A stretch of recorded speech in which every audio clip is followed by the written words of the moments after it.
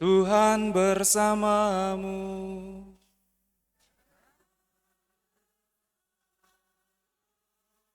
Inilah Injil suci menurut Yohanes.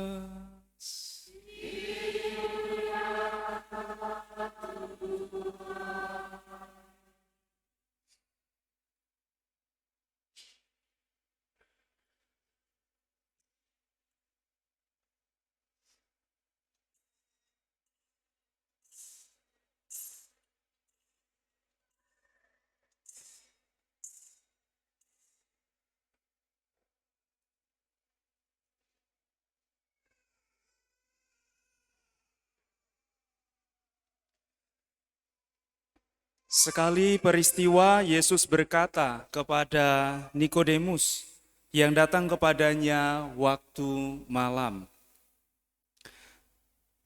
"Tidak ada seorang pun yang telah naik ke surga, selain Dia yang telah turun dari surga, yaitu Putra Manusia.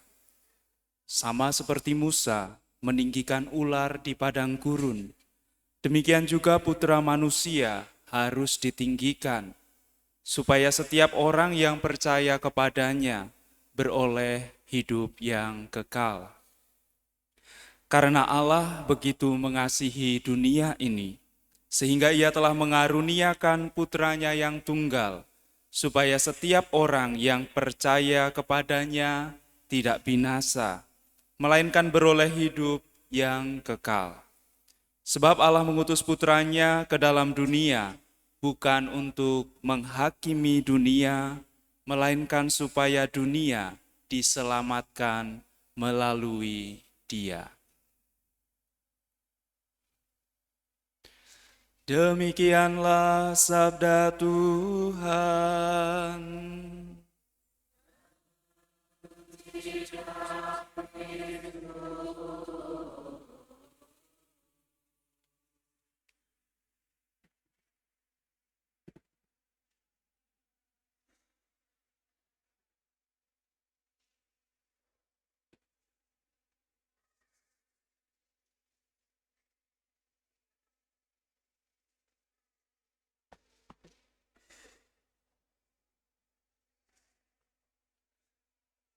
Para suster, saudara, saudari, dan adik-adikku yang terkasih dalam Tuhan, hari ini gereja merayakan pesta salib suci, tanda yang senantiasa kita kenakan sebagai orang Katolik, menjadi identitas diri kita.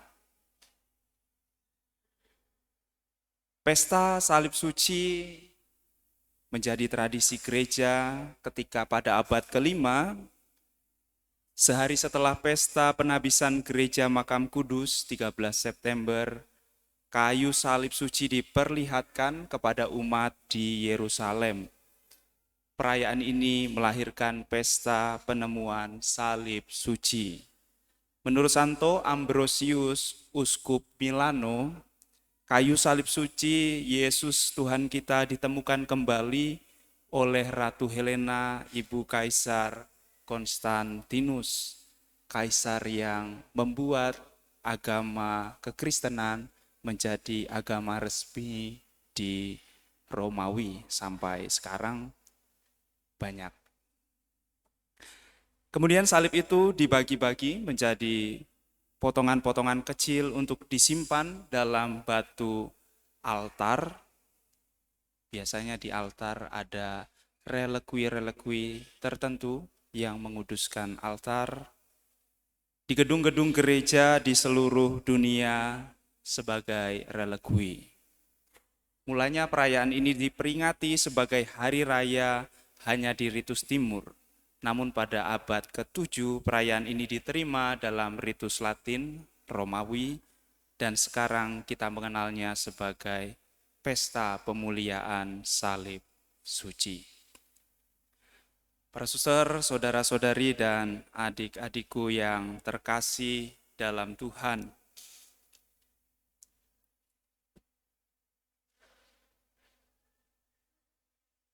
setiap kali kita membuat tanda salib, biasanya orang di awal mengatakan, mari kita membuat tanda kemenangan, ya, tanda kemenangan. Setiap kali kita membuat tanda salib, kita menyebutnya sebagai tanda kemenangan kita, lalu kita menandai diri kita dalam nama Bapa dan Putra dan Roh Kudus. Kalau tanda salib menjadi tanda kemenangan, lalu pertanyaannya adalah kita menang dari apa? Dari siapa? Satu dimensi salib memang merupakan adalah kemenangan. Dan dalam bacaan yang pertama tadi dari kitab Bilangan, kita bisa menyamakannya, melihatnya dengan bagaimana Musa meninggikan ular tembaga dan orang yang melihatnya menjadi selamat. Orang yang memandang salib tidak akan mati karena kalau dalam Bilangan patokan ular, dan ular menjadi pralambang dari godaan si jahat. Maka ketika kita mengatakan tanda salib sebagai tanda kemenangan, kita mengakui bahwa kita sudah menang dari godaan setan. Ular menjadi simbol dosa, pencobaan, dan godaan bagi manusia. Lalu pertanyaannya, mengapa kita masih jatuh dalam dosa? Masih kalah dalam godaan? Saya yakin 100% ketika kita jatuh dalam godaan, pasti kita tidak mengawalinya dengan tanda kemenangan. Saya belum pernah lihat orang dalam nama Bapa dan Putra dan Roh Kudus langsung menampar istrinya. Pasti ketika mau menampar istrinya, kalau pakai kalung salibnya dilepas dulu. Kalau ada salib di belakang itu diturunin dulu. Karena dia tahu mau berbuat jahat. Karena ketika orang menandai dirinya dengan tanda kemenangan, pastilah dia bisa menang melawan godaan yang ada di dalam dirinya. Maka ketika kita mulai tergoda untuk berbuat jahat, berbuat dosa, buatlah tanda salib. Ya. Saya jamin 99,9% pasti tidak jadi melakukan kejahatan. Kalau masih melakukan kejahatan, itu 0,001% kedegilan hati kita. Ya. Maka ketika kita mau marah meluap-luap terhadap anak, mau berkata kasar, sebelumnya buat tanda salib, saya jamin 99,9% kita tidak jadi berkata kasar.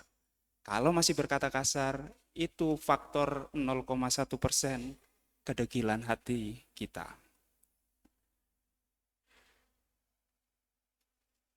Tempatkanlah salib banyak-banyak di ruangan kalau kita sering melakukan yang jahat di ruangan tertentu. Mau berbuat jahat, waduh ada salib. Nengok ke kiri, waduh ada salib. Yang lebih-lebih lagi kita kenakan di dalam hati kita. Maka ketika kita kemanapun, kita akan melihat di dalam hati kita ada salib Tuhan. Dan itulah salib menjadi tanda kemenangan. Ketika memang kita menang dari segala godaan-godaan si jahat. Ular yang mematuk kita. Atau dalam bahasa Paulus, di dalam salib Tuhan, dosa itu tidak memiliki sengatnya lagi untuk kita. Saudara, saudara-saudari dan adik-adikku yang terkasih, inilah satu dimensi dari salib. Maka kita ketika ditandai salib, kita boleh merasa menang. Boleh merasa menang, tetapi tidak jumawa. Karena ada dimensi kedua dari salib.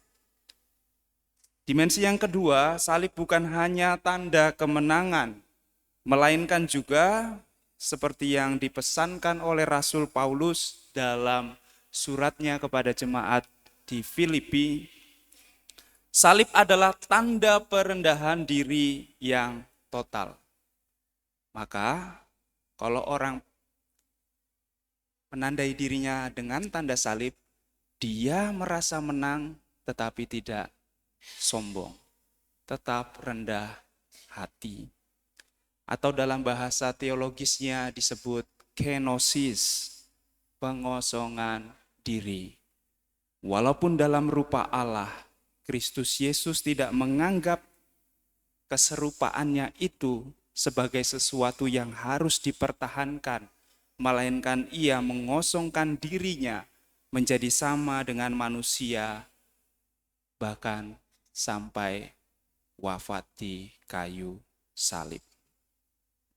Dan hanya orang yang rendah yang bisa ditinggikan.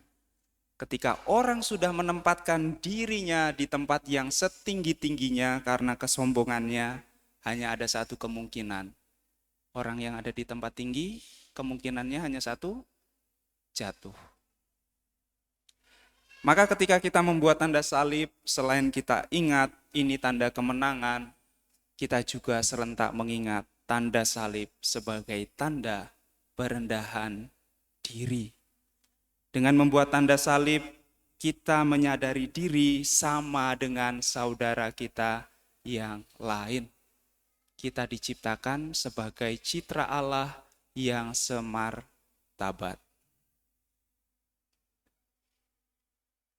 Maka walaupun kita memiliki harta, memiliki pangkat, memiliki status sosial yang mungkin kita anggap tinggi, tetapi di dalam tanda salib Kristus, kita harus bisa mengosongkan diri kita, tidak melihatnya sebagai sesuatu yang harus dipertahankan, tetapi dibagikan demi pelayanan. Dan hanya dengan itu, kita bisa melihat sesama kita dengan tatapan kasih. Sama seperti salib tanda kemenangan tadi. Saya jamin 100%, jamin 99,9% tidak ada orang yang sombong dengan menggunakan tanda salib sebelumnya.